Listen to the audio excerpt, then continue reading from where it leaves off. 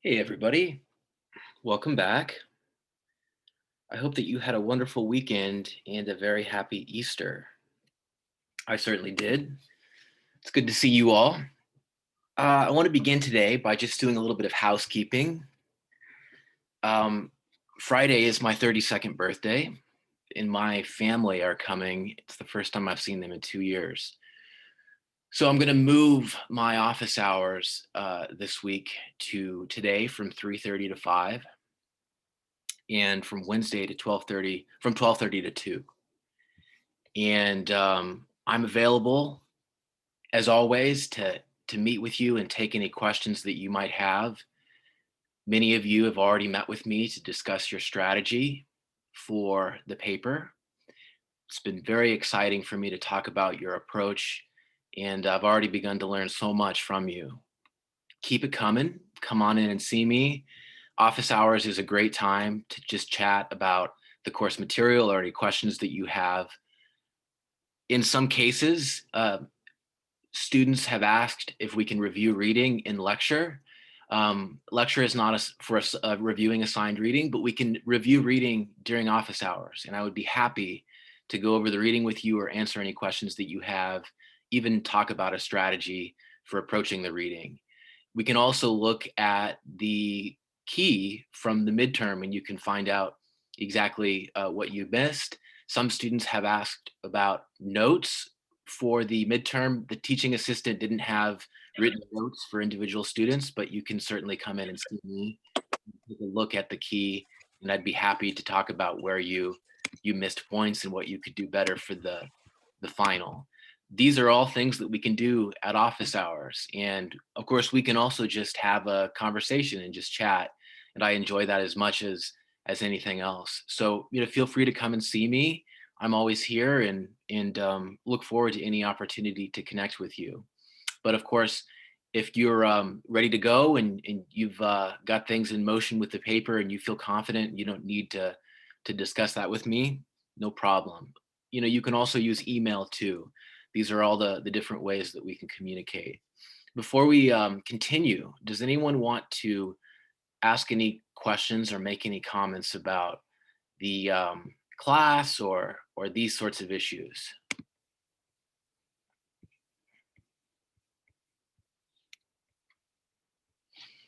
Okay. Now, as you know, we are finishing up our discussion of government and opposition. And this has been a very, very useful and interesting discussion because for the first time in this class, we have been talking about sets of actors in the parliament, in the legislature, as opposed to the legislature in the electoral system or other institutions themselves. In those actors, the government and the opposition, although they are different kinds of institutions, they are institutions nevertheless. And they're also institutions in the sense that being in the government or in the opposition implies a certain set of political constraints or potential consequences to action that you might take.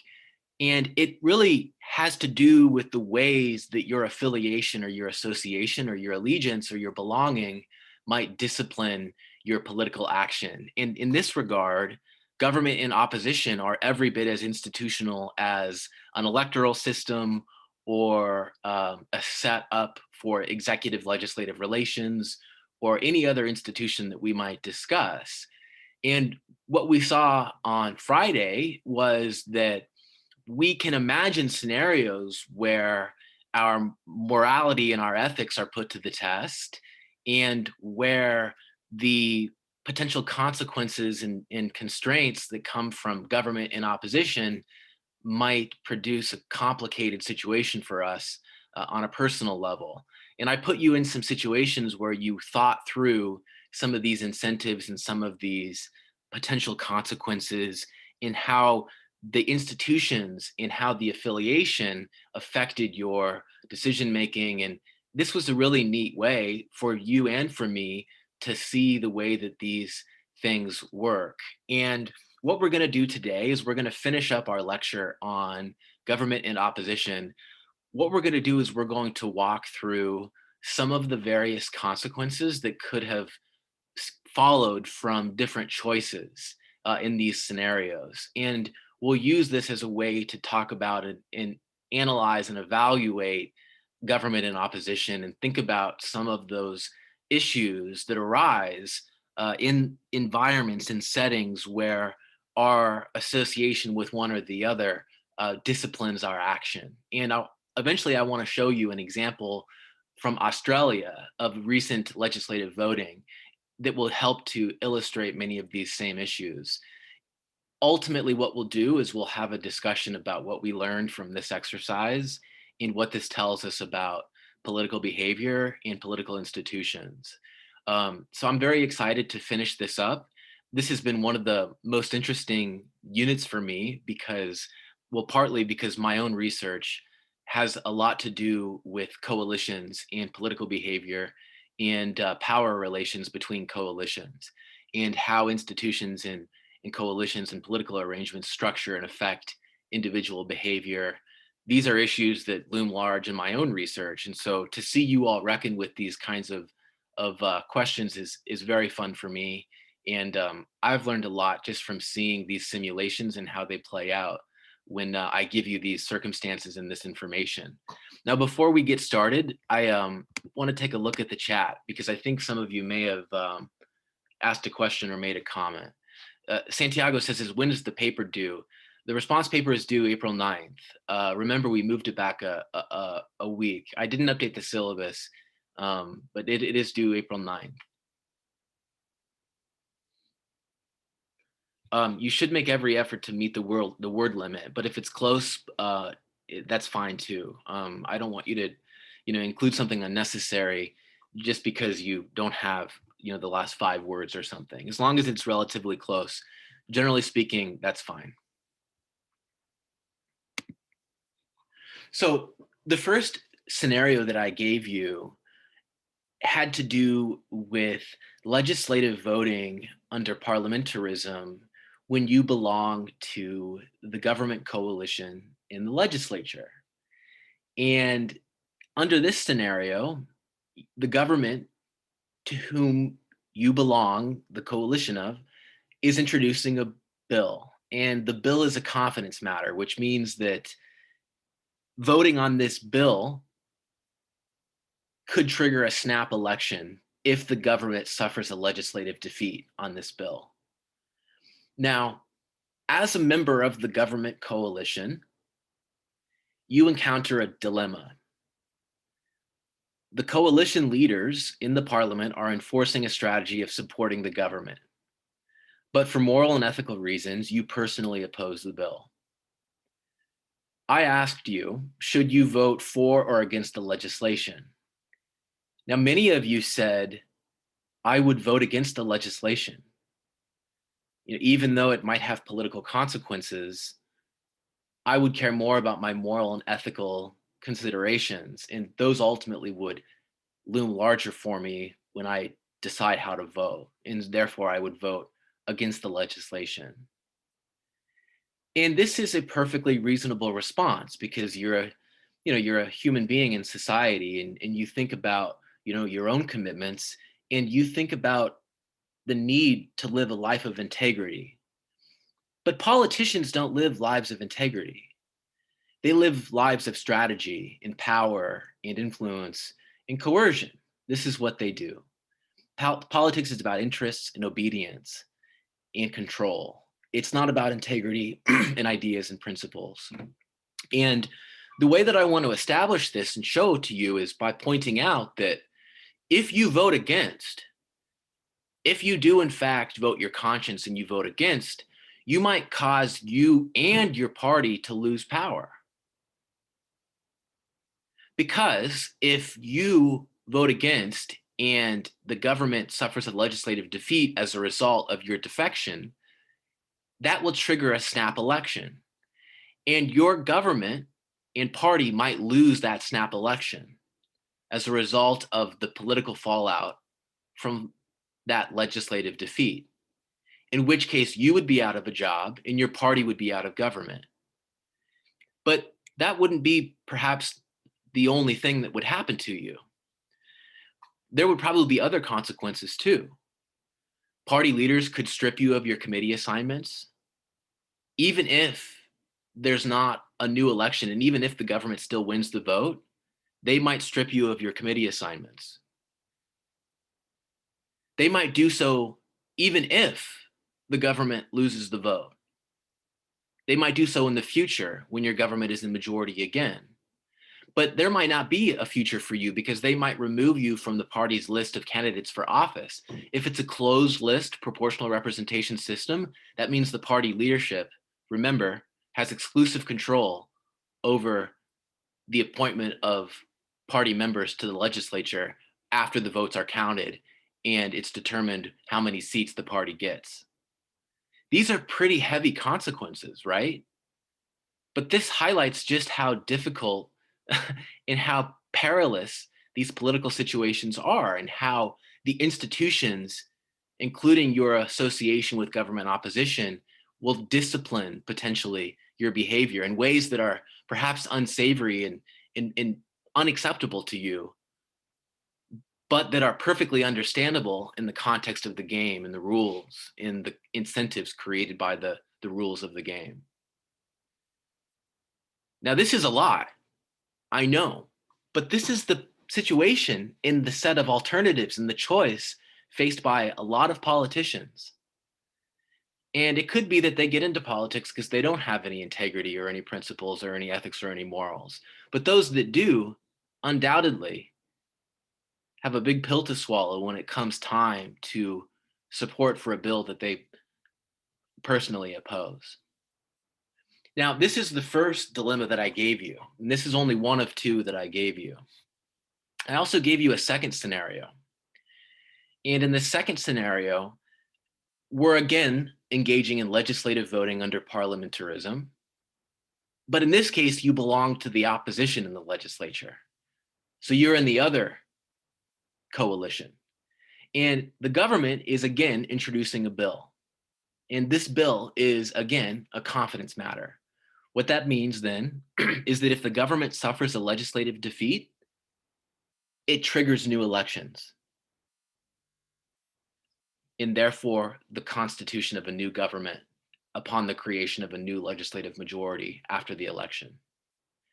But the dilemma arises because opposition leaders, to whom you must answer, enforce a strategy of opposing the government on every bill, including this one. But for moral and ethical reasons, you personally support the bill. This is one bill that you can get behind, and it's actually unconscionable to you to imagine not supporting it. Again, you're faced with a very, very difficult situation, a difficult dilemma. The question is, should you vote for or against the legislation, and why? Now, many of you said that you would bear the political consequences and you would personally vote for the bill, despite the government opposition coalition opposing the government. Some of you said that you would in fact vote against the bill and you would vote with your opposition coalition, therefore. But many of you said that you would personally support the bill and that you would break ranks, you would defect from the opposition. And many of you said that you were willing to suffer the political cost. But let me show you how significant the political cost could truly be when it comes down to every vote. If you vote for and you break ranks, if you defect, you may stop yourself and your party from taking power. Why? Because if your opposition coalition has successfully divided the government coalition and peeled away some of the legislators on the margins who are weakly committed, and your defection swings the balance of power back in favor of the government after your opposition party did all that work to divide the government coalition, you might prevent the opposition parties from defeating the government. And in doing so, you might prevent a snap election that your party could potentially win and use to take power. Are you prepared to do that? Are you prepared to risk that your party does not take power or does not defeat the government? And it doesn't stop there. The consequences could actually be much more substantial and significant for you than simply not taking power. Party leaders could strip you of your committee assignments, either then or in the future. And they could do something much worse, and they might well do it. They could remove you from the party's list of candidates for office. If this is a proportional representation, closed list system, they could remove you from office by removing you from the list of candidates for office. And they could effectively end your political career that easily. Are you prepared to defect and support the government? I know these are difficult questions, right? But these are the choices that are available to a politician in these circumstances. And these are choices faced by them every day. And so, as you can see, it becomes more complicated, right? On the one hand, you have your morality and your ethics and your commitments and your integrity. But what good is your morality and your ethics and your integrity if you have no income and no career as a politician? I'm just calling it like it is, right? If you're not in power to promote moral and ethical and upstanding solutions to societal problems, your morality and your ethics might not matter much at all. But where is the balance, right? Where do you begin to break ranks with the opposition? Where do you begin to break ranks with the government? You can begin to see how the institutions present the actors with very, very unsavory choices, right? There really are no good alternatives. It's like the lesser of two evils, you know. Jeffrey, what's up?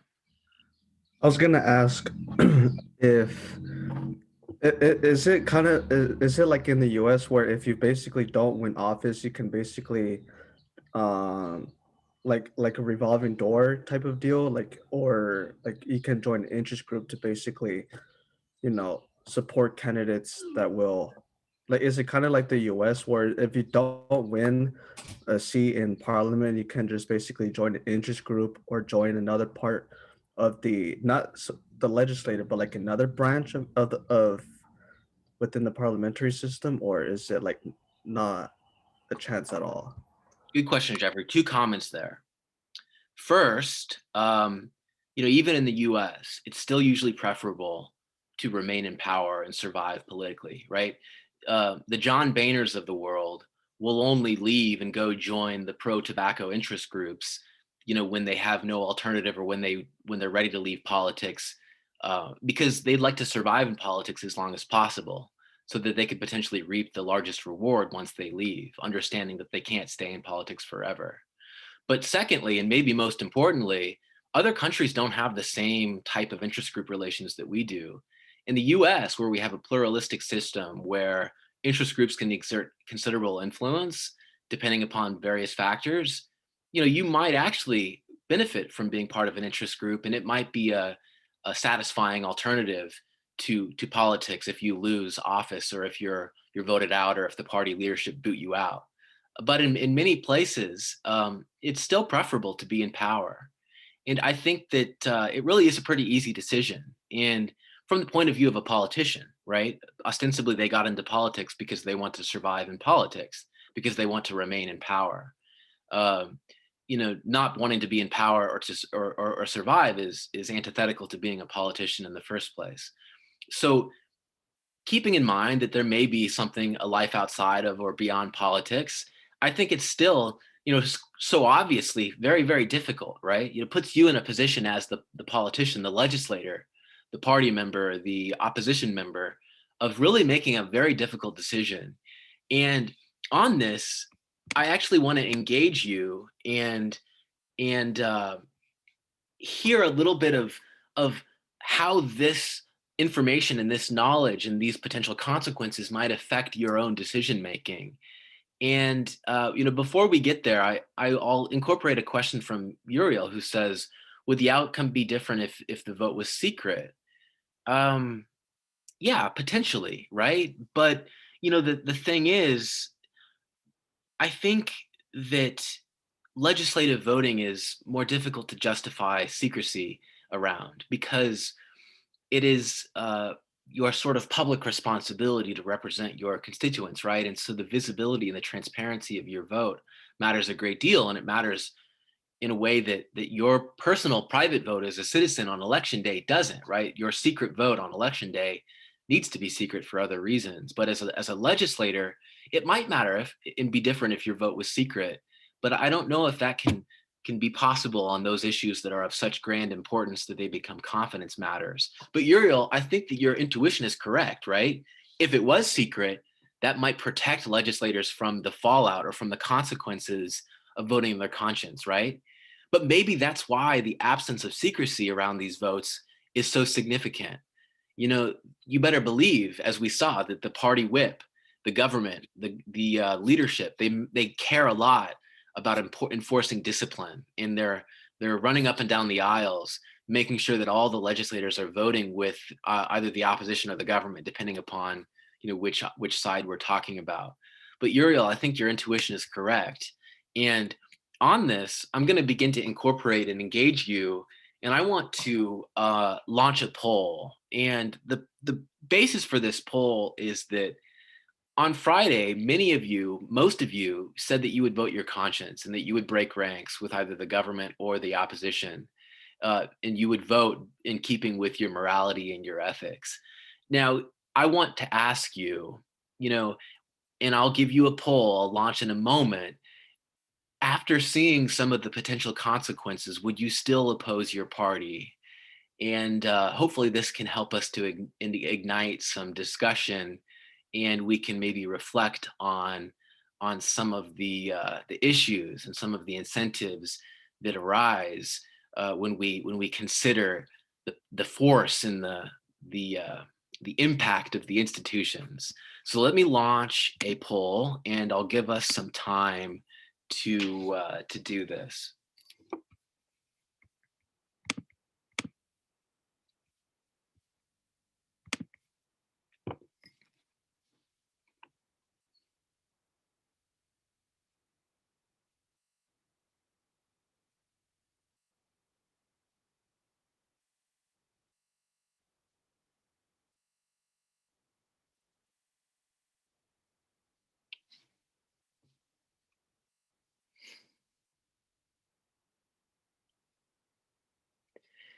As the voting continues, I'll call on Jeffrey, who's got his hand raised and who I'd love to hear from. And anyone else who'd like to engage with this as we come along, please. But go ahead, Jeffrey. Personally, Professor, it was kind of hard for me to think about this because since we have a presidential system or like basically like a winner take all, where it's only in the US how it's only two parties. So it's kind of hard for me to think, well, and then it's because I'm not in a parliamentary system. It's like I have to think a lot more than just than two parties. I'm like, okay, there may be more than just two, and so I was just trying to go with the best that I can actually think of. That's understandable. And, being in a presidential system, yeah, I think that many of us are probably struck by this question and these questions because we put ourselves in a new scenario. But I think some of the appeal and the usefulness of these questions is that because they're new scenarios, they sort of force us to think about the concept, right? They kind of make us think about, well, what sorts of constraints arise in a parliamentary system when I belong to the government coalition or the opposition, and maybe it could be that if we lived in Europe and we lived in parliamentary systems, our point of view would be different. And I'd imagine that many of you uh, living under a presidential system have a similar view as Jeffrey. It might be hard to imagine, what this really means in practice. But sometimes these hypotheticals are useful for exactly that reason. The voting has continued apace. I'm going to end the poll and I'm going to share the results. It's interesting to see, as you can see, 21 of you, or 68% of those who voted, said that you would not change your vote. You would still vote your conscience. And I'm not entirely surprised by that. I think that most of you were probably well aware of some of those potential consequences. Although it's interesting to note that 10 of you, or 32% of you, said that you would. Wait, hold on. Did I misinterpret my question? Would you still oppose your party after seeing the pin? Oh, wait, hold on. I misinterpreted my own question. I actually have it flipped around. It turns out that the vast majority of you, excuse me, sorry, um, the vast majority of you, 68% of you, would would would not still oppose your party. So in other words, most of you would flip. 10 of you, or 32% of you, would, however, still oppose your party. Now that's actually pretty incredible. And you know what? I admire you all for your honesty and for reflecting on this and acknowledging that you might change your behavior, because it's hard for all of us, myself included, to admit that new information maybe changes my viewpoint, because we often want to think that we're as well informed as we could be. But this is how we learn, right? We put ourselves in these difficult situations where it's kind of uncomfortable, and where maybe we have to force ourselves through an undesirable set of alternatives to get to something that seems to make the most sense given the set of choices that we face. And what I would suggest to you is that this is sort of the nature of politics in general, right? It's kind of like a set of undesirable alternatives. It's kind of like the pile that stinks the least. What can we settle on? What is the most tolerable, as opposed to what is the best option? Democracy itself has been sometimes called the most tolerable option, right? The least undesirable option. Not saying that it's perfect or anywhere near perfect, but that given the alternatives, it's the one that we can tolerate the most, or that seems the least objectionable. And what I enjoy seeing is that you're willing to look at these situations and kind of reflect on the information and make a decision, and then maybe be willing to change your behavior according to the potential consequences that you might face. And let's actually take a look at an example of just how significant the constraints can be, and how powerful these institutional structural constraints are in a Westminster parliamentary system, where your association with the government coalition or the opposition very, very powerfully disciplines your legislative and your voting behavior. Let's go to Australia, where for the first time in almost 80 years, the government lost a vote on its own legislation. Why did it lose a vote? Because a few legislators on the margins decided to oppose the government and vote their conscience, when government coalition leaders were enforcing a policy of supporting the government. Fascinating. Let's watch. The English fought a civil war over this matter. The civil war in England between King Charles I and the Parliament was over the right of the Parliament or the King to make the appropriation. Because of the Labor Party's sheer desperation to score political points, have convinced the crossbench that it is wiser to throw out 109 years of parliamentary precedence and to throw out the hundreds of years of tradition which have formed the basis of our Westminster system to make a cheap political point. The Australian people do not send us to Parliament to run and hide from debates that we don't like, to manipulate procedure and the law to try and avoid democracy. We are elected to this place to solve problems, to find common ground where we can. This legislation does that. It gets the balance right. I believe that we can keep our borders secure, we can uphold national security, but still treat people humanely. Yeah. We can have strong borders while still fulfilling our duty of care to the people in our care. The Labor Party can win as many votes in this House as they care to, Mr. Speaker, but by the Australian people here tonight, they are failing the test of mettle. They are failing the test of duty to the Australian people, and they do it trying to kid themselves that this is being done in the name of humanitarianism. Well, I remind them that their humanitarianism, as supposed last time, led to child deaths. The people of Australia will remember this day and know that this is now on your head. The question is that the question be put. All those of that opinion say aye. Aye. To the contrary, no. I think the noes have it. Division required. Ring the bells for 4 minutes. Well, it looked and sounded like there was a tone of desperation coming from the Prime Minister, Scott Morrison, there in his closing contribution to this debate. Then it's probably for good reason, because he is now staring down the barrel of a somewhat historic defeat here. There's the shot that tells you most everything you need to know. Wilkie, Sharkey, opposition. McGowan, Banks and Phelps. Order. The result of the division is ayes 75, noes 74. The question is therefore resolved in the affirmative.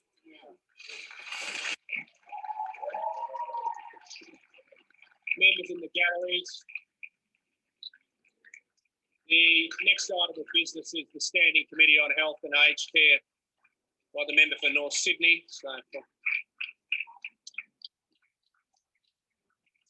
All right, and that is the moment, with applause ringing out from the public galleries. We knew they were going to be full here today for question time.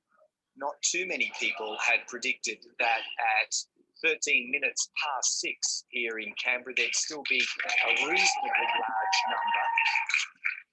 Well, starters must be said, on hand to applaud. Order, if members of the gallery could be seated. This victory by Labor and the crossbench. Okay, so did everyone understand what happened there? It's very delicate. Let me explain. It's very likely that you saw what happened, but there's a little bit of context here. So this was a vote on a bill introduced by the government. And the government coalition, of course, is a majority, and the opposition is led by the Labor Party. The opposition, going into this, had a minority, but the opposition was able to divide the government coalition and peel away enough previous members of the government coalition to defeat the government on its own bill, as well as get an affirmative vote on an alternative bill presented by the opposition. And what you saw is leaders of the opposition in the Labor Party speaking against the Prime Minister. You also saw the Prime Minister speaking against the opposition leaders. And you saw the government coalition leaders speaking in favor of and on behalf of the Prime Minister against the Labor and opposition leaders. And in the end, the government lost this vote on this bill that it introduced. And this is the first time in almost 80 years that the government lost a vote on its own legislation. And so what that tells you is that in these Westminster parliamentary systems, the institutional norms around voting behavior as it relates to the government and the opposition are very, very, very well entrenched and well established. Voting behavior is almost entirely regular in the sense that the government coalition votes with and supports the government, and the opposition votes against and opposes the government. Except in this case, the government coalition did not hold together, and the opposition was able to divide the coalition and defeat the government. Now, then the next question that arises is, what exactly were they voting on that was so historic that it could produce this fragmentation within the government coalition in this eventual government coalition defeat in the legislature? And that's what I'll discuss with you next. It's a very interesting issue and topic, and it points to just how controversial the legislation itself was. But before I do that, I actually want to check out a contribution in the chat. Jeffrey says, I wonder what was in the middle of the tables. Probably the legislation, although I don't know exactly. So what were they voting on? Well, good question. What bill could have been so controversial as to inspire this fragmentation and this eventual opposition victory? Well, it was called the Medical Transfers Bill. And so basically, what this was a bill that would have allowed the government to remove asylum seekers from Australia and take them out of the country where they would receive less medical care and less support and less treatment for identifiable conditions or maladies or whatever. Basically, the idea was the bill would permit the government to care less for those who fell under the care or the treatment of the Australian state. It was called the Medical Transfers Bill because previous legislation had created a sort of role and responsibility for the government in taking in supporting and caring for these asylum seekers and these individuals who fell under this system. The Medical Transfers Bill would basically annul that earlier legislation and empower the government to remove those same individuals. That legislation, that bill presented by the conservative government was so controversial and so historically controversial that it was enough to help the opposition divide the government coalition and sort of peel away some of those weakly committed government legislators who ultimately chose to vote their conscience and really vote their morality and their ethics and oppose their own coalition, oppose their own government on that government's bill.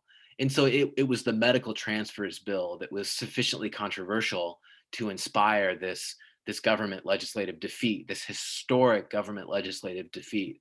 I can't really emphasize enough how fascinating this is and how interesting what we just witnessed is. This goes to the heart of the institutional norms and the incentives and the way in which the institutions discipline the behavior of the actors, or not, depending upon how controversial the legislation is, as we just saw.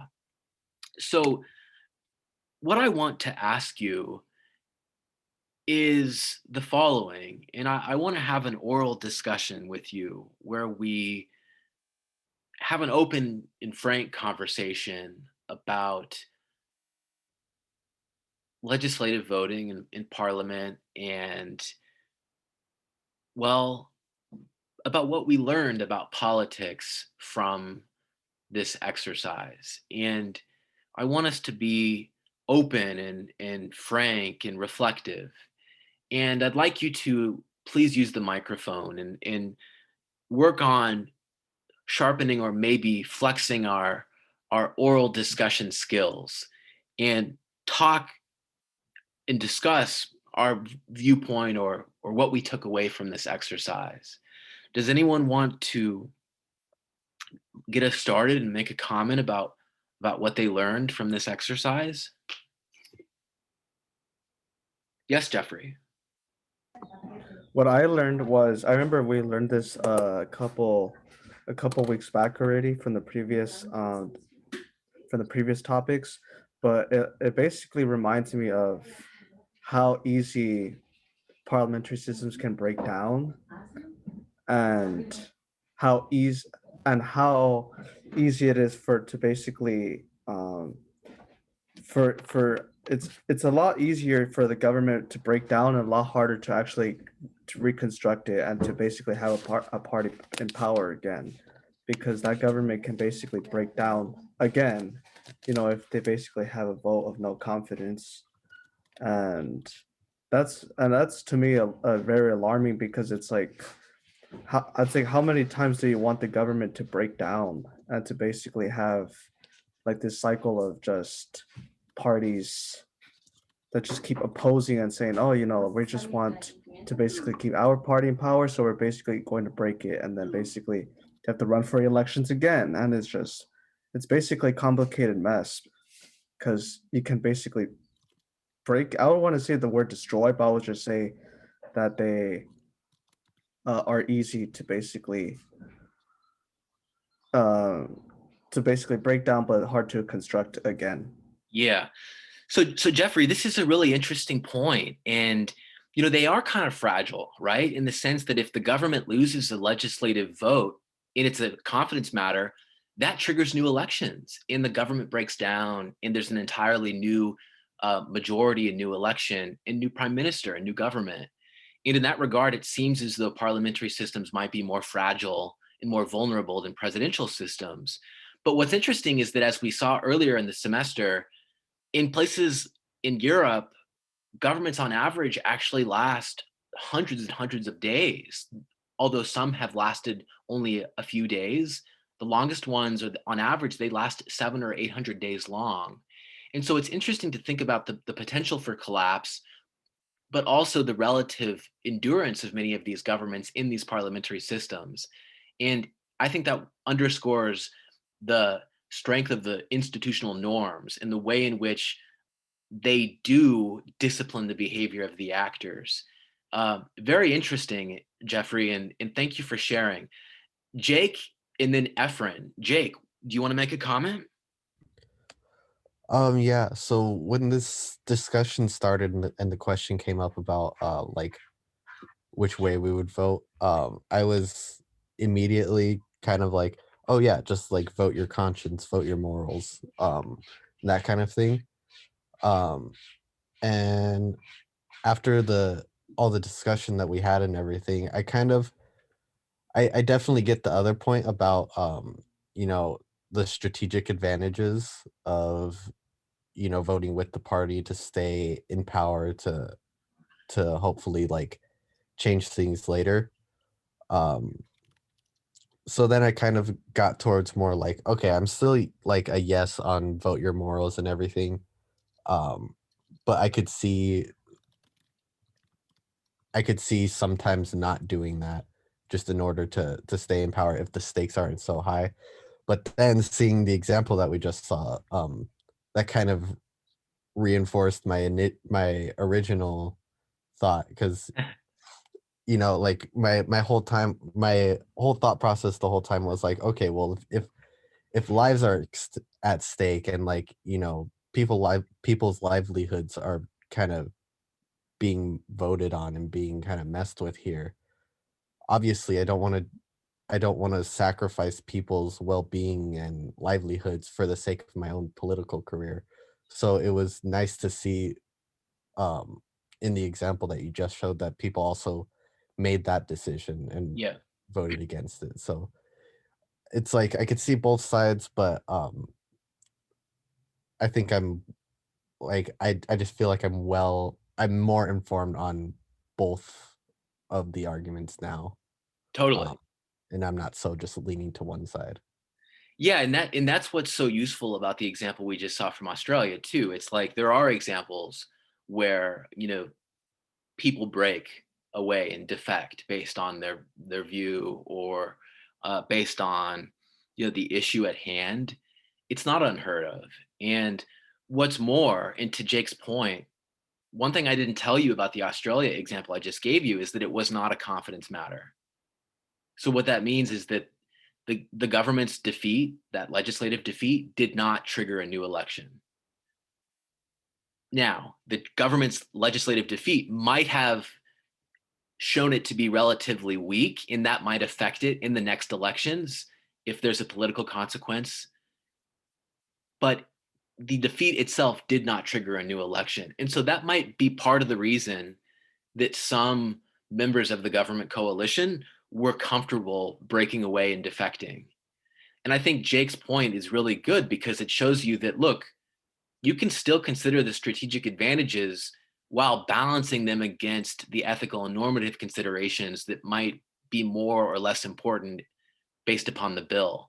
In this medical transfers bill, this is an example, like Jake said, where, well, you can actually argue here that defecting from the government coalition will actually help to save lives, because the government coalition is trying to pass a bill that would allow the government to remove and basically ignore asylum seekers who need medical care. right? So in this situation, you can actually clearly see that there's maybe an ethical or a normative or a kind of moral imperative associated with the decision. Um, very interesting points. Efren, did you have your hand up and want to make a comment? Yeah, basically Jake stole like what, well, not stole, like basically said like what I was thinking, but I would also add that like basically representatives don't have too much like options. Like they know that either one, like it will cost their party and themselves their reelection and will strip them from their duties. And also like if they do vote against, like if they do vote for their morals, like they're they're basically, it's like kind of mostly like a lose-lose situation for them, because they know that no matter what, like they need to stay in power, and also like they need to like, yeah, they basically need to stay in power. What you learned is that politicians need to stay in power, and that might discipline their behavior, and it might prevent them from voting their conscience, right? Yeah. Yeah, that's really a key point, right? And it's kind of a little unsatisfying, isn't it? Because if you're like me, you maybe have thought before about the potential, um, or maybe the idea of getting into politics, right, or being a public a leader or official. But when you learn about some of these situations and these dilemmas, it's really pretty challenging, to think about that and to think about the way in which you've got to sort of walk the plank, so to speak, and balance these different considerations. As Efren points out, in no uncertain terms, politicians need to stay in power, and that might militate against their morality and their ethics, and it might undermine that ultimately. Celine asks a very, very good question, which is, who or what decides what is a confidence matter that may trigger a new election?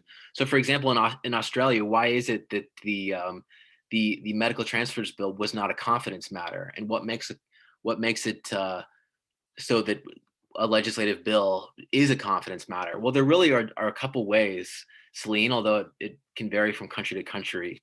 The opposition can request a vote that can decide on whether or not a bill will be a confidence matter. And if they lose that vote, it doesn't become a confidence matter. But if they win that vote, it does become a confidence matter. But the government itself can also attach a confidence issue to a vote as well. And in which case, they don't have to hold a vote, if as far as I understand. And the reasons why the government would do that are very, very interesting. You can easily understand why the opposition would try to hold a vote to attach a confidence matter to a bill. They want to replace the government. But why the government itself would do it is more interesting.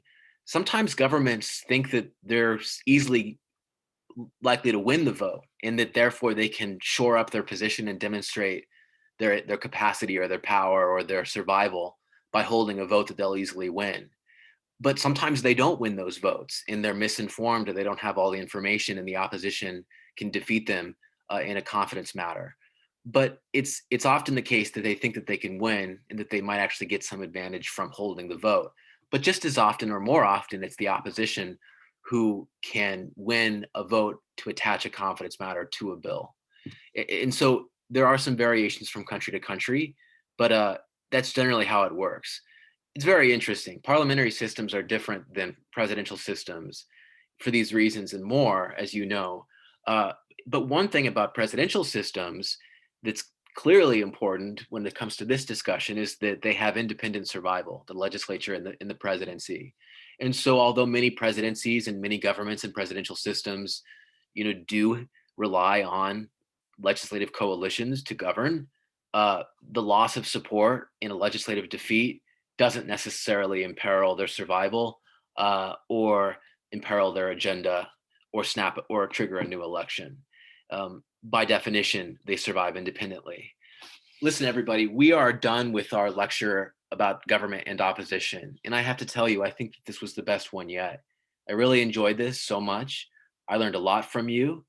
And I think that this is an approach that we'll use again and again, and we'll continue to engage in a variety of ways the rest of the semester. I'll go ahead and save these notes that I took with your responses and I'll upload those along with the slides and the lecture as well.